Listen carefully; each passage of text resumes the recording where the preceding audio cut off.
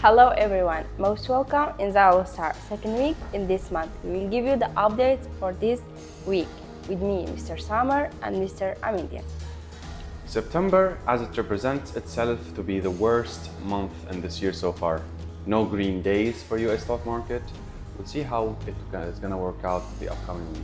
Another week with the fundamental analysis for the last week and also upcoming week. Let's review it together. All right, so here we are kicking off our technical outlook on the upcoming week on a few market instruments. So let's kick this off with the DXY. We can see the dollar index actually has fallen since Monday from the level of 101.8 to the level of 100.6. And we can see from here it bounced back to the upper side, as right now the dollar index is at a very solid and very strong support on the daily time frame. And if we want to understand what is going on, we actually are expecting a retracement to the upper side. A reason for that be, if we go to the dollar index as well on a lower time frame, just to get a little bit of like inside information of what we are seeing. Of course, we can see that the market is going in a downtrend. However, from this here, from the same support level that we are facing on a higher time frame, we are getting a massive or a very decent rejection to the upper side, right? So in order for this level to be broken, we might as well need for the market to retrace a little bit upwards before actually breaking the level itself. All right, and we can also see that the market is doing like double bottoms here. Also some shape of, if we are to ignore that wick, as wicks are not the most solid portion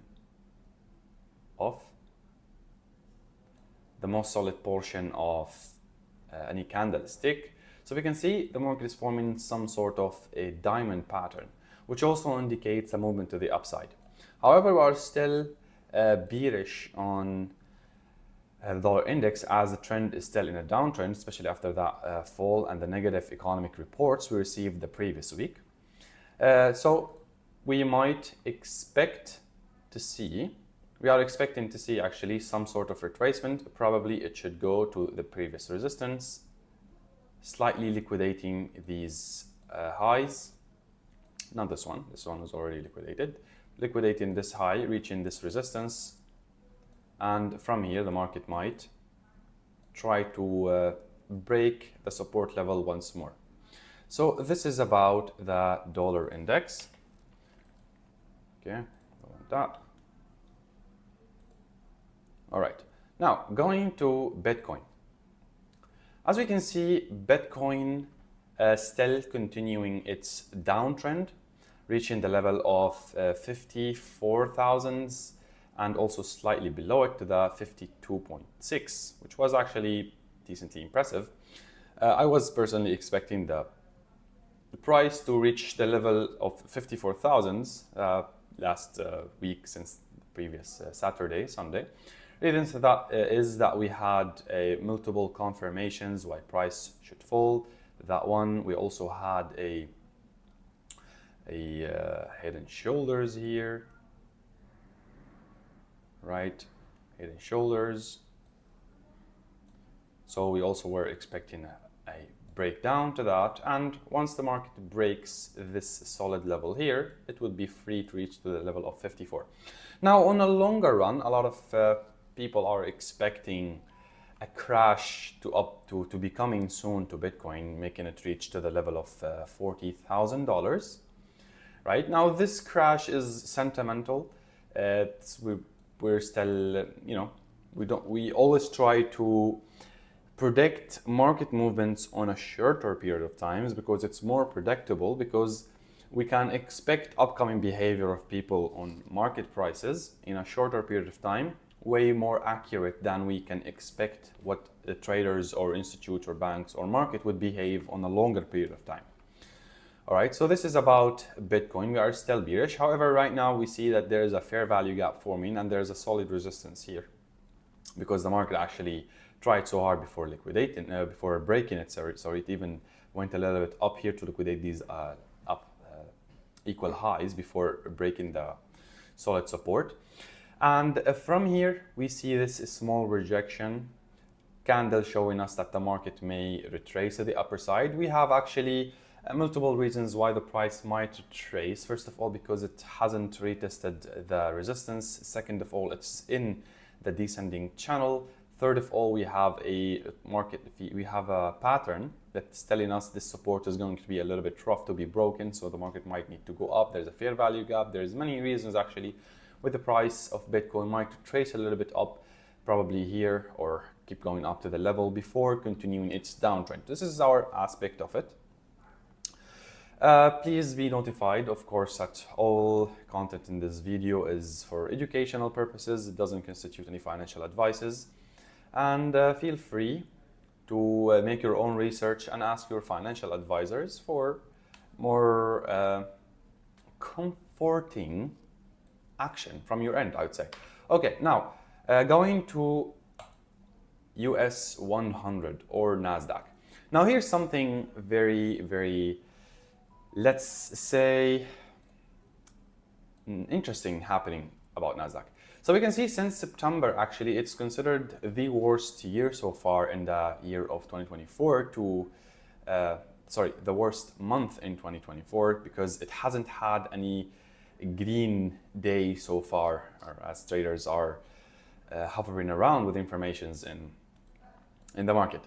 So we can see it has been very bearish to US 100, US 30, S&P 500, speaking of September. And we are noticing very impulsive falls in US 100. Now, something here to keep in mind. These impulsive moves, overall, still market is expected to continue its down movement, right? Because we still have so many looming reasons for bearish US 100. For bearish US 100, we barely have anything for bullish movement right now, right? So all the economic reports, the corporate reports, the dollar situation, the interest rate, what's happening with gold, even the dollar itself, everything is giving indication that indices such as US 100 should fall. However, technically, we see all these impulsive momentum to the downside. It may demand the necessity for the price to retest, right, for a certain level. Now, personally, I think a retracement, technical-wise, from the current price, which is 18,300 to about 19,000 or 18,800, is considerably a big retracement to the upside. So we might not notice the market doing this. We might notice the market doing something like here once more this week, which is like consolidating a little bit and then continuing its downtrend, reaching this major support on a daily time frame. Or it might as well retrace a little bit up, closing that fair value gap or reaching this minor resistance here before the market continues its down movement. So we're still bearish on this. And we'll see what's going to happen in next week with the upcoming reports and events. So this is about these three instruments and our outlook about them for the upcoming week. Hello everyone, so welcome again, and we will take some strategies from Zylostar profile here, and we will start with gold and with Euro USD. Let's start, guys, with the gold market. Gold market, as we can see here, gold is consolidating in a narrow range of 25.30 here from this resistance and the 24.73 from this support. What we can expect from the gold, it can touch lower boundary before going back to 25.30 in our strong resistance from here. That is the scenario for the gold market. Let's take a look for the Euro USD market. In Euro USD market, as we can see here, guys, Euro USD has broken this trend line, okay? So he's broken this trend line and now sitting at this support to resistance area of 1.1048. So what we can expect here, Since the trend line is broken, now it's sitting in this support. It may drop to primary trend line support, and it may retrace before it drops to this the main trend line from here. This is our outlook for the gold and our outlook for the Euro USD with Zylostar strategies. See you next week. Welcome back. This is I'm Masoud Amidian, and once again we are here to review the last week events and have a look on the upcoming week. Let's go about the last week with the economic indicators. Last week we got that most of the region's economies such as US, European countries, UK and other countries showed a continuation of downtrend which we already had since the beginning of the year. For instance, in the United States, we faced that the economic indicators which related to the employment sector and labor market show a significant downward, such as ADP, which is related to the private sector. We got on Thursday, which is the 5th of September, published lower than expectations, and also we had a vital revision on the previous period. As you can see here, Daniela Richardson, chief economist at the ADP, said the job market's downward drift brought us to lower than normal hiring after 2 years of outsized growth. It means economy faced some pressures at the employment sector, and it increased the probability of hard landing among the market participants.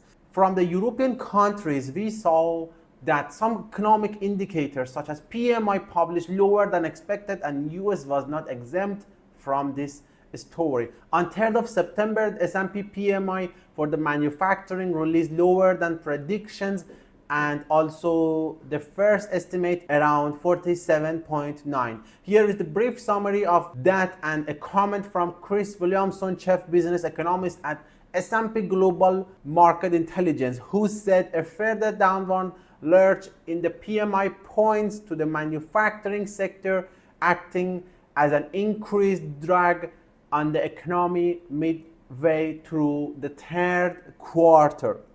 Forward-looking indicators suggest that drag could intensify in the coming months. This week, we had the monetary policy meeting of the Central Bank of Canada, and they decided to reduce the interest rate by another 0.25% for the third time, which means the rate decreased to 4.25%. As you can see, it's not going to stop here. The latest shot to kill the US economy was the NFP, which can give us a better outlook for the United States rather than ADP, and it's at the center of attention of Federal Reserve. On Friday, statistics published lower than expectations, and also we saw another revision for the previous period, as you can see here. Later, we got some speeches from the FOMC members, someone like Goolsby, and he mentioned they have started to be worried about the economy for recession. Totally, it increased the probability of hard landing in the United States, and it leads the global equities to fall. Let's dive into the topic more. Cheap stocks were under pressure Friday, led by 10% fall in Broadcom, or better to say AVGO, after forecasting Q4 revenue of 14 billion, weaker than consensus of 14.13 billion. Also, ASML Holding and Marvell Technology closed down more than 5%. In addition, Nvidia, ARM Holding, and NXP Semiconductors, NV, closed down more than 4%. Finally, Advanced Micro Devices like AMD and MU, which is Micron Technology, also dropped. It lists that mega cap technology stocks retreated Friday and weigh on the broader market. Tesla closed down more than 8%. Also, Amazon closed down more than 3%. To lead losers in the Dow Jones Industrials. And also Alphabet, or better to say Google and Meta platforms, closed down more than 3%. Finally, Netflix, or better to say Netflix, closed down more than 2%. And also Microsoft closed down more than 1%. Totally, it leads the S&P companies to have a negative performance for the last week, as you can see here. From the geopolitics we got some news regarding to the Middle East. Although Israel Prime Minister mentioned we won't deal the ceasefire soon, Hamas mentioned that we are agree with the US President Joe Biden proposal. So let's crunch the topic more. So let's dive into the coming week with the economic indicators. First, on 10th of September, on Tuesday, we are going to receive the climate count change from the United Kingdom at 10 a.m. to Dubai time, and later at the same day at 4:10 p.m. we are going to receive the speech from the chairman of the Central Bank of Canada, who is Macklem. Later on 11th of September, which is the Wednesday, we are going to receive the GDP numbers from the UK at 10 a.m. and later we are going to receive the most crucial economic indicator of the week, which is the CPI number for the United States. And let's see, is it enough to convince the FOMC members that already inflation dropped or not?